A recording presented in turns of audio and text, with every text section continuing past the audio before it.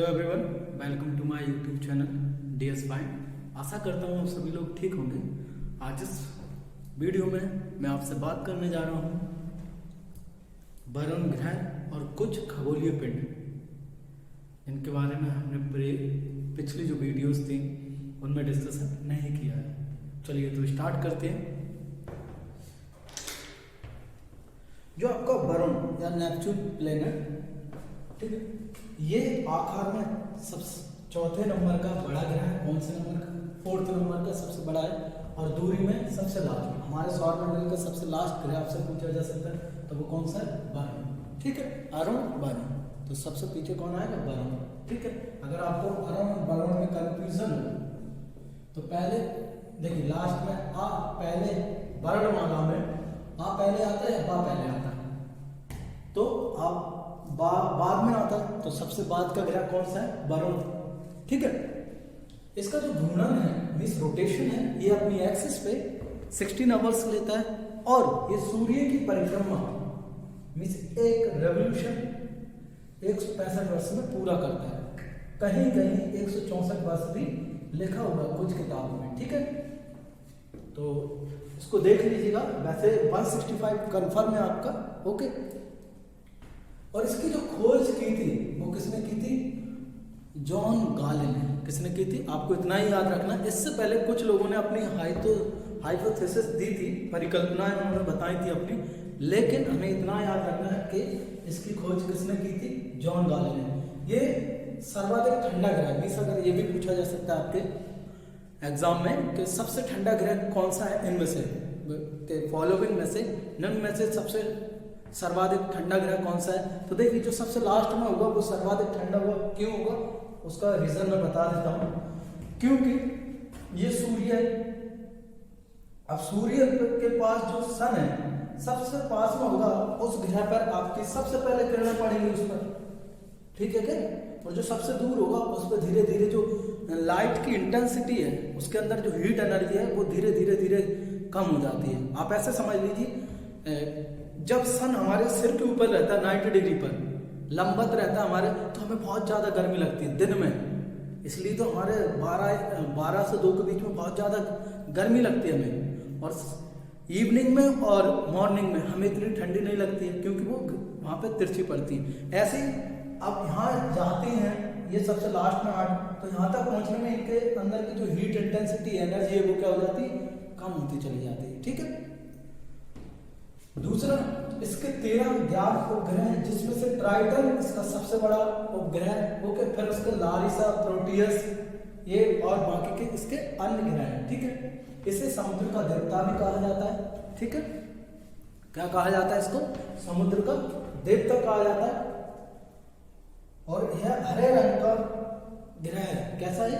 इसमें से हरे रंग का प्रकाश उत्सर्जित होता है, मींस एमिट होता है, और इस पर मीथेन गैस की प्रधानता पाई जाती है। सबसे ज्यादा इस पर जो वायुमंडल में सबसे ज्यादा गैस जो पाई जाती है वो मीथेन गैस पाई जाती है। आपके अरुण ग्रह पर भी पाई जाती है। ठीक है, और इस ग्रह के बाद एक बेल्ट पाई जाती है जिसको हम कहते हैं क्यूपर बेल्ट। ये भी एग्जाम में आपसे पूछ सकते हैं कि किस ग्रह के बाद क्यूपर बेल्ट पाई जाती है हमारे सौर मंडल में। ठीक है, एक्चुअली क्यूपर बेल्ट में क्या है, आपके बहुत सारे क्षुद्र ग्रह हैं, धूमकेतु हैं, उल्कापिंड वगैरह हैं, ये सारी चीजें यहाँ पाई जाती हैं। ठीक है, तो ये था वरुण ग्रह के बारे में। अब बात करते हैं कुछ अन्य खगोलीय पिंड, जैसे पुच्छल तारे या धूमकेतु। ठीक है, क्षुद्र ग्रह, उल्का और उल्कापिंड। ठीक है, देखिए अब धूमकेतु या पुच्छल तारे, इंग्लिश में इसको कॉमेट कहते हैं। ये एक्चुअली क्या होते हैं? धूल, बर्फ और गैस, इन तीनों से निर्मित पिंड होते हैं, खगोलीय पिंड होते हैं ये। ठीक है, इसके 3 भाग होते हैं। कौन से? नाभि, पूंछ। तो हम ड्रॉ करके बता देते हैं आपको कौन कौन से 3 भाग होते हैं इसके।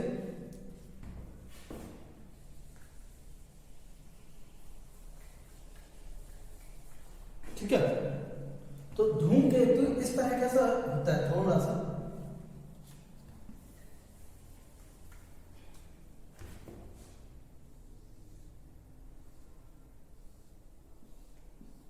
इस तरीके का होता है। ठीक है,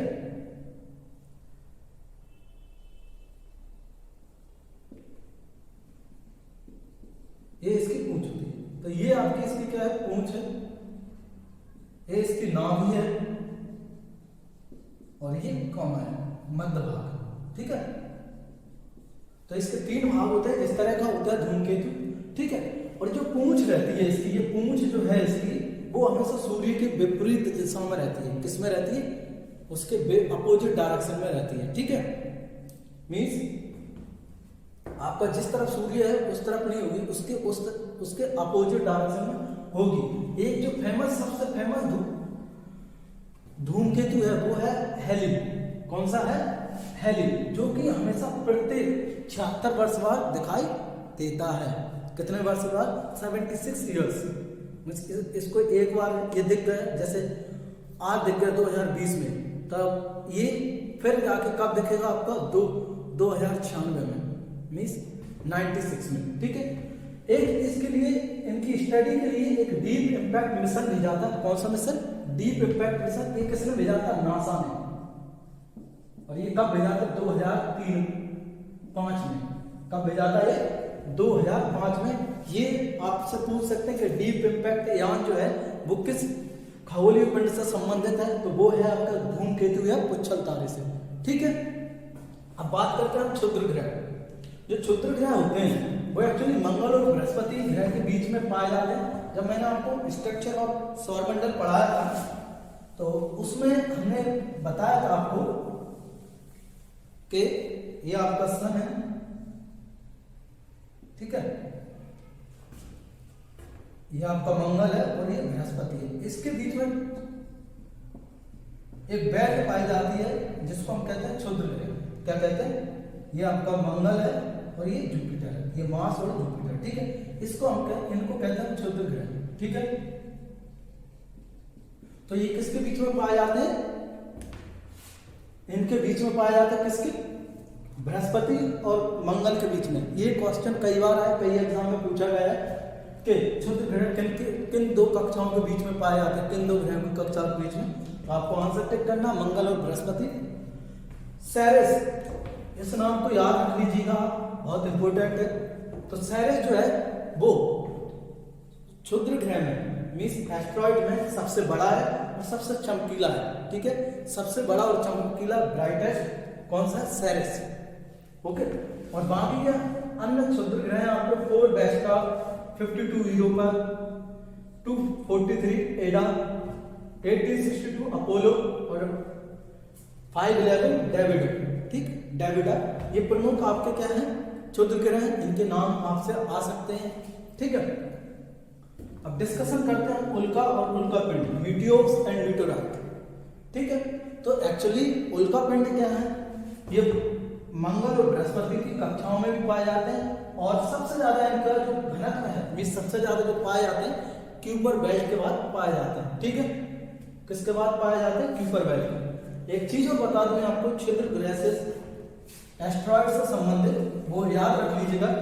एक बाइक का नाम आपने सुना होगा, हायाबुसा। हायाबुसा, तो ये मिशन था जो कि किसने भेजा था, जापान ने। कब भेजा था, 2003 में। किसकी स्टडी के लिए, क्षुद्र ग्रह की, एस्ट्रॉइड की स्टडी के लिए हायाबुसा मिशन भेजा था। किसने भेजा था, जापान ने, यान।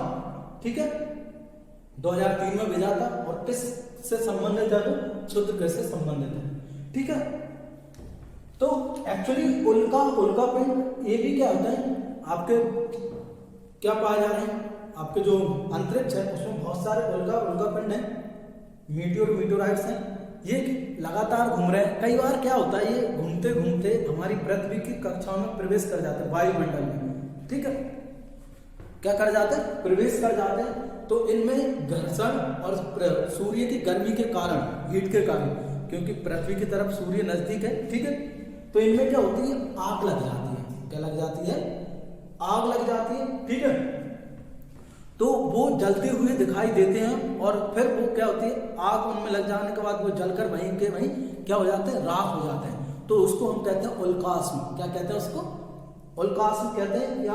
ठीक है, अब क्या होता है, जब कई बार ये घूमते घूमते जल नहीं पाते और आकर पृथ्वी की सतह से टकरा जाते हैं। क्या होते हैं, पृथ्वी की सतह पर स्ट्राइक कर जाते हैं, तब इनको हम क्या कहते हैं, उल्का पिंड कहते हैं। क्या कहते हैं इनको? उल्का पिंड, मीटियोराइट। क्या कहते हैं इनको? मीटियोराइट। ओके।